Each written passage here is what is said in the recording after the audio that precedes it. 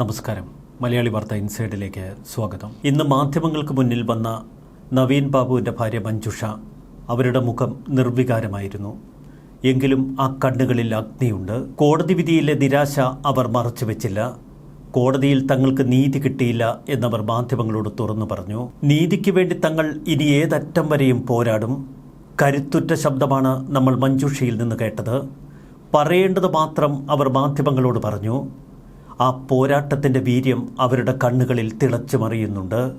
അസാധാരണമായ പോരാട്ട വീര്യമാണ് അവർ കേരളത്തിന് മുന്നിൽ കാട്ടുന്നത്. തൻ്റെ ഭർത്താവ് കൊലയാളികളാൽ കൊല്ലപ്പെട്ടതാണ് എന്നവർ ഉറച്ചു വിശ്വസിക്കുന്നു. അതുകൊണ്ട് തന്നെ ആ കൊലയാളികളെ നിയമത്തിന് മുന്നിൽ കൊണ്ടുവരാൻ അവർ ശപഥം ചെയ്തിരിക്കുന്നു. നവീൻ ബാബുവിൻ്റെ ദുരൂഹമരണം CBI അന്വേഷിക്കണമെന്നാവശ്യപ്പെട്ട് ഹൈക്കോടതിയിൽ നൽകിയ ഹർജി. ആ ഹർജി തള്ളിക്കളഞ്ഞത് ജസ്റ്റിസ് കൗസർ എടപ്പഗത്ത്. അപ്പീലുമായി മുന്നോട്ടു പോകുമെന്നും പിന്മാറാൻ ഉദ്ദേശിക്കുന്നില്ല എന്നും മഞ്ജുഷ മാധ്യമപ്രവർത്തകരോട് തുടർന്ന് തുറന്നു പറഞ്ഞു. പ്രത്യേക അന്വേഷണ സംഘത്തിന്റെ അന്വേഷണത്തിൽ തൃപ്തിയില്ല എന്നവർ വീണ്ടും വ്യക്തമാക്കി. കേസുമായി ഏതറ്റം വരെ പോകണമെങ്കിൽ പോകുമെന്ന് മഞ്ജുഷ പറഞ്ഞു. SIT അന്വേഷണത്തിൽ തൃപ്തിയില്ലാത്തതുകൊണ്ടാണ് ഹൈക്കോടതിയെ സമീപിച്ചത്. ഈ കേസ് CBI അന്വേഷിക്കണമെന്ന് തന്നെയാണ് തങ്ങളുടെ ആവശ്യം. എന്നാൽ തങ്ങളുടെ ഭാഗം കോടതി വേണ്ട രീതിയിൽ പരിഗണിച്ചില്ല എന്ന് മഞ്ജുഷ തുറന്നു പറഞ്ഞു. മരണവുമായി ബന്ധപ്പെട്ട സംശയങ്ങളൊക്കെ ഇപ്പോഴും നിലനിൽക്കുന്നു. അതുകൊണ്ട് തന്നെ കേസുമായി താൻ മുന്നോട്ടു പോകും. ഹൈക്കോടതി ഉത്തരവ് തൃപ്തികരമല്ല എന്ന് നവീൻ ബാബുവിന്റെ സഹോദരൻ പ്രവീൺ ബാബുവും തുറന്നു പറഞ്ഞു. CBI അന്വേഷണം തള്ളിക്കളഞ്ഞ ഹൈക്കോടതി DIG യതീഷ് ചന്ദ്രയുടെ മേൽനോട്ടത്തിൽ SIT കേസ് അന്വേഷിക്കാനും നിർദ്ദേശിച്ചിരുന്നു. ഉന്നത ഉദ്യോഗസ്ഥർ കേസ് നിരീക്ഷിക്കണമെന്നും കണ്ണൂർ റേഞ്ച് DIG ഇതിന്റെ ചുമതല വഹിക്കണമെന്നും കോടതി ഉത്തരവിലൂടെ വ്യക്തമാക്കി. ഒരു CBI അന്വേഷണം ആവശ്യമില്ല എന്നാണ് ഹൈക്കോടതി വ്യക്തമാക്കിയത്. പ്രത്യേക അന്വേഷണ സംഘം കുടുംബത്തിന്റെ അപേക്ഷകൾ കൂടി പരിഗണിക്കണമെന്ന് കോടതി ആവശ്യപ്പെട്ടു. കുടുംബത്തിന്റെ ഹർജി തീർപ്പാക്കിയെന്ന് കോടതി വിധി. എന്നാൽ ഹൈക്കോടതിയുടേത് അന്തിമ വിധിയല്ല എന്ന് മഞ്ജുഷ തീർത്തു പറഞ്ഞു. അപ്പീലുമായി തങ്ങൾ മുന്നോട്ടു പോകും. നീതി കിട്ടും വരെ തങ്ങൾ പോരാട്ടം തുടരും. പിന്മാറാൻ തങ്ങൾ ഉദ്ദേശിക്കുന്നില്ല എന്ന് മഞ്ജുഷ വ്യക്തമാക്കുമ്പോൾ നവീൻ ബാബുവിൻ്റെ ആത്മാവിന് നീതി കിട്ടാൻ ഏതറ്റം വരെയും പോരാട്ടം തുടരുമെന്ന് അവർ യാതൊരുവിധ സംശയങ്ങളുമില്ലാതെ കേരളത്തിന് വ്യക്തമാക്കി കൊടുക്കുന്നു. ഹർജിയിൽ ആരോപണങ്ങൾ മാത്രമാണ് ഉയർത്തുന്നതെന്നും വസ്തുതകളൊന്നും ഹാജരാക്കിയിട്ടില്ല എന്നും സംസ്ഥാന സർക്കാർ വാദിച്ചിരുന്നു. കോടതി നിർദ്ദേശിച്ചാൽ അന്വേഷണം ഏറ്റെടുക്കാൻ തയ്യാറാണ് എന്ന് പറഞ്ഞ CBI.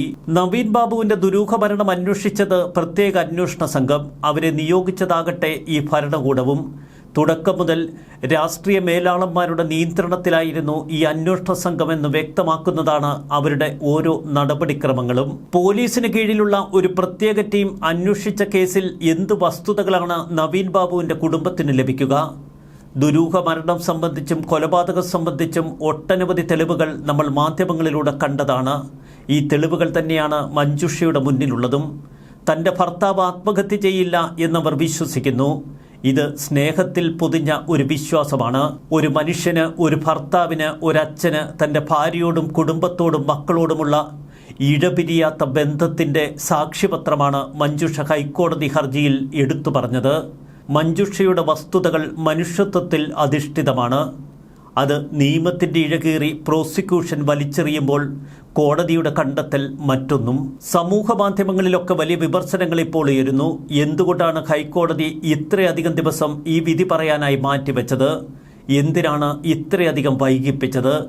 ഒടുവിൽ നീതി ലഭിച്ചില്ല എന്ന് നവീൻ ബാബുവിൻ്റെ ഭാര്യ കണ്ണീരോടെ മാധ്യമങ്ങൾക്ക് മുന്നിൽ വ്യക്തമാക്കുമ്പോൾ ഇനി എന്ത് എന്ന ചോദ്യം കേരളത്തിന് മുന്നിൽ ബാക്കിയാവുന്നു. ഇതൊരു വലിയ പോരാട്ടമാണ്. ഒരു ഭരണകൂടത്തിനെതിരെ, ഒരു നീതിന്യായ സംവിധാനത്തിനെതിരെ, അതിലപ്പുറം ഒരു അന്വേഷണ സംഘത്തിൻ്റെ ദുർചെയ്തികൾക്കെതിരെ.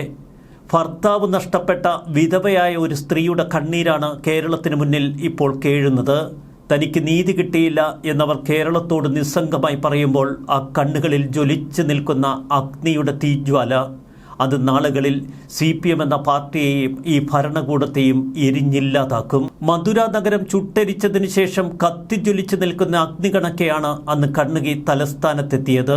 മധുര നഗരത്തിനരജന്റെ തെറ്റായ വിധിക്കെതിരെ അന്ന് കണ്ണകി രാജകൊട്ടാരത്തിലെത്തി.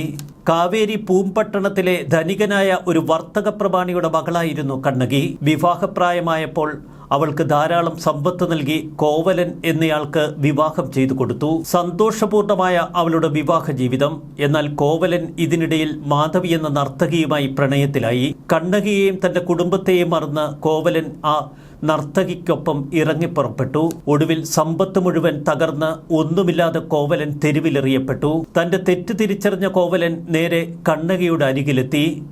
തന്നോട് ക്ഷമിക്കണമെന്നും തനിക്ക് തെറ്റുപറ്റിയെന്നും കണ്ണീരോടെ കോവലൻ കണ്ണകിയോട് പറഞ്ഞു. കണ്ണകി അയാളെ സ്വീകരിച്ച് ഒരു പുതിയ ജീവിതത്തിന് തുടക്കമിട്ടു. തങ്ങളുടെ സമ്പാദ്യമെല്ലാം തീർന്ന കോവലൻ പണത്തിനു വേണ്ടി പവിഴം നിറച്ച കണ്ണകിയുടെ ചിലമ്പ് വിൽക്കാൻ തീരുമാനമെടുത്തു. അതിന് കണ്ണകി അനുവാദവും നൽകി. ഇതിനുവേണ്ടി ഇരുവരും ഒരുമിച്ച് മധുര നഗരത്തിലേക്ക് പുറപ്പെട്ടു.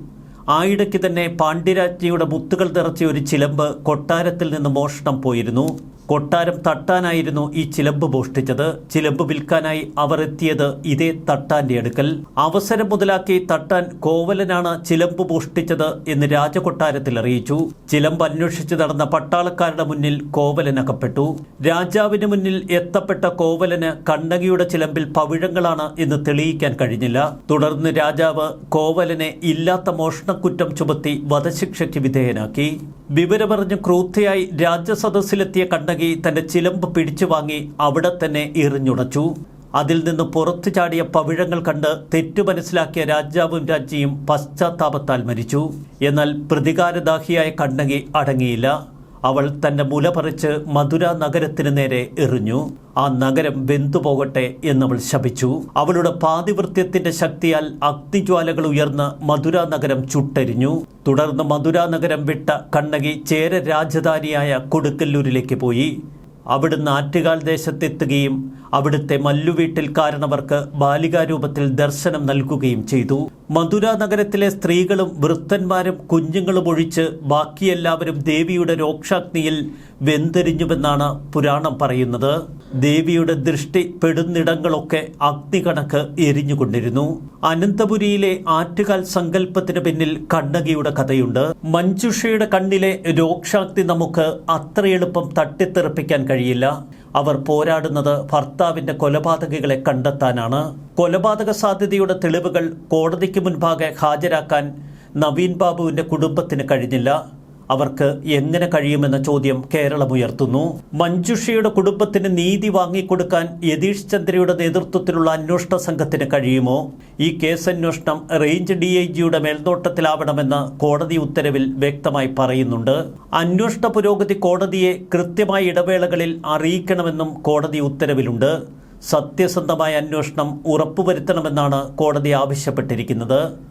എന്നാൽ കേരള പോലീസ് അന്വേഷിച്ച എത്രയെത്ര കേസുകളാണ് ഇവിടെ അട്ടിമറിക്കപ്പെട്ടത്. വിധി പൂർണ്ണമായും പഠിച്ചതിന് ശേഷം അപ്പീൽ നൽകുമെന്ന് നവീൻ ബാബുവിന്റെ കുടുംബം ഇപ്പോൾ കേരളത്തോട് വ്യക്തമാക്കി കഴിഞ്ഞു. ഇതൊരു അപ്രതീക്ഷിത വിധിയെന്നാണ് നവീൻ ബാബുവിന്റെ സഹോദരൻ പ്രവീൺ ബാബു ഈ വിധിയുമായി ബന്ധപ്പെട്ട പ്രസ്താവനയിൽ പറഞ്ഞത്. ഹൈക്കോടതി ഡിവിഷൻ ബെഞ്ചിലും തുടർന്ന് സുപ്രീം കോടതിയെയും സമീപിക്കാനാണ് ഇപ്പോൾ കുടുംബത്തിന്റെ തീരുമാനം. കേരളത്തിന്റെ കൂടുതൽ സമൂഹ മനസ്സുകൾ ആ കുടുംബത്തിന് പിന്തുണയുമായി എത്തുന്നു. നവീൻ ബാബുവിന്റേത് ഒരു ആത്മഹത്യയെന്ന് ഉറപ്പിക്കുകയായിരുന്നു പ്രോസിക്യൂഷനും ഹൈക്കോടതിയിൽ തങ്ങളുടെ വാദവേളയിൽ. പോലീസ് കണ്ടെത്തിയ തെളിവുകൾ തന്നെയാണ് മുഖ്യമായി ഇതിനായി പ്രോസിക്യൂഷൻ നിരത്തിയത്. നവീൻ ബാബുവിന്റെ ശരീരത്തിൽ മറ്റു പാടുകളൊന്നുമില്ല എന്ന് പ്രോസിക്യൂഷൻ വാദിക്കുമ്പോൾ നവീൻ ബാബുവിന്റെ പോസ്റ്റ്മോർട്ടവും ഇൻക്വസ്റ്റുമൊക്കെ അട്ടിമറിക്കപ്പെട്ടുവെന്ന് നവീൻ ബാബുവിന്റെ കുടുംബം ഹൈക്കോടതിയിൽ നൽകിയ ഹർജിയിൽ വ്യക്തമാക്കുന്നുണ്ട്. അട്ടിമറിക്കപ്പെട്ട സംഭവങ്ങളും കേസ് അട്ടിമറിക്കാനായി ഇറങ്ങിത്തിരിച്ച അന്വേഷണ സംഘവും ഇതിനിടയിൽ എവിടെ കൊലപാതക തെളിവുകൾ അവശേഷിക്കും? ഒരു ആത്മഹത്യയെക്കുറിച്ച് അന്വേഷിക്കാൻ CBI എങ്ങനെ വിളിക്കുമെന്നാവും കോടതിയുടെ ശങ്ക.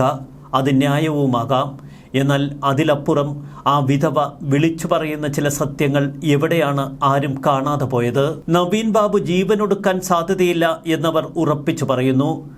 മൃതദേഹത്തിൽ കണ്ട രക്തക്കറ അടക്കമുള്ള കാര്യങ്ങൾ കൊലപാതകമാണ് എന്ന സംശയം ബലപ്പെടുത്തുന്നു. നവീൻ ബാബുവിന്റെ ശരീരം തൂങ്ങി നിന്നതിനേക്കാൾ കൂടുതൽ സമയം നിലത്ത് കിടത്തി എന്ന് തെളിയിക്കുന്ന തെളിവുകൾ നവീൻ ബാബുവിന്റെ കുടുംബത്തിന്റെ അഭിഭാഷകൻ കോടതി മുറിക്കുള്ളിൽ കൃത്യമായി ഹാജരാക്കിയിരുന്നു. നവീൻ ബാബുവിന്റെ കൈവിരലുകളിലും കാൽവിരലുകളിലുമൊക്കെ കണ്ട നിറം മാറ്റവും അവിടുത്തെ ചോരയുടെ വ്യത്യാസവുമൊക്കെ ഇതിനു വേണ്ട തെളിവുകൾ തന്നെയായിരുന്നു. നവീൻ ബാബുവിൻ്റെ അടിവസ്ത്രത്തിലെ രക്തക്കറ, ശരീരത്തിലെ ചില പാടുകൾ, ഇതൊക്കെ കൃത്യമായി കോടതിയിൽ അവതരിപ്പിക്കാൻ നവീൻ ബാബുവിൻ്റെ കുടുംബവക്കീലിന് കഴിഞ്ഞിരുന്നു. എന്നാൽ ഇതൊക്കെ നിഷേധിക്കുന്ന പ്രോസിക്യൂഷനെയാണ് നമ്മൾ മറുവശത്ത് കണ്ടത്. CPM നേതാവായ PP ദിവ്യ പ്രതിയായ കേസിൽ സത്യസന്ധമായ അന്വേഷണം കേരള പോലീസിന്റെ ഭാഗത്തു നിന്നുണ്ടാകില്ല എന്ന് നവീൻ ബാബുവിന്റെ ഭാര്യ മഞ്ജുഷ കോടതിയെ അറിയിച്ചു. അതുകൊണ്ട് തന്നെ CBIക്ക് ഈ കേസ് കൈമാറണമെന്ന് മഞ്ജുഷയുടെ ഹർജിയിൽ ആവർത്തിച്ച് ആവശ്യപ്പെട്ടിരുന്നു. PP ദിവ്യയുടെ രാഷ്ട്രീയ സ്വാധീനം കാരണം പോലീസ് ശരിയായ നിലയിൽ അന്വേഷണം നടത്തില്ല എന്ന് മഞ്ജുഷ തന്റെ ഹർജിയിൽ കൃത്യമായി പറഞ്ഞിരുന്നു. ഇൻക്വസ്റ്റും പോസ്റ്റ്മോർട്ടം നടപടികളുമൊക്കെ നടത്തിയതിലെ തിടുക്കം പ്രത്യേകം ഈ ഹർജിയിൽ എടുത്തു പറഞ്ഞിരുന്നു. നവീൻ ബാബുവിൻ്റേത് ഒരു കൊലപാതകമെന്ന് തെളിയിക്കുന്ന നിരവധി തെളിവുകൾ കേരളത്തിന്റെ പൊതുമനസാക്ഷിക്ക് മുന്നിലുണ്ട്. അവിടെയാണിപ്പോൾ ജസ്റ്റിസ് കൗസർ ഇടപ്പക്കത്തിന്റെ വിധി. ഈ കേസ് അന്വേഷണ സംഘം തന്നെ അന്വേഷിച്ച് സത്യം കണ്ടെത്തട്ടെ എന്ന കോടതിയുടെ നിരീക്ഷണം. എന്നാൽ എത്രത്തോളം ഇത് യാഥാർത്ഥ്യമാകും എന്നതിൽ സംശയിക്കുന്നു കേരളം. വിധിയിൽ ഏറെ നിരാശയുണ്ട് എന്ന് സമൂഹമാധ്യമ കുറിപ്പുകൾ വ്യക്തമാക്കുന്നു. മധുര നഗരം ചുട്ടരിച്ച കണ്ണകിയുടെ ഓർമ്മകളാണ് ആ മഞ്ജുഷയുടെ മുഖത്തെ കണ്ണുകളിലേക്ക് നോക്കുമ്പോൾ നമുക്ക് കാണാൻ കഴിയുന്നത്. ന്യൂസ് ഡെസ്ക് മലയാളി വാർത്ത ഇൻസൈറ്റ്.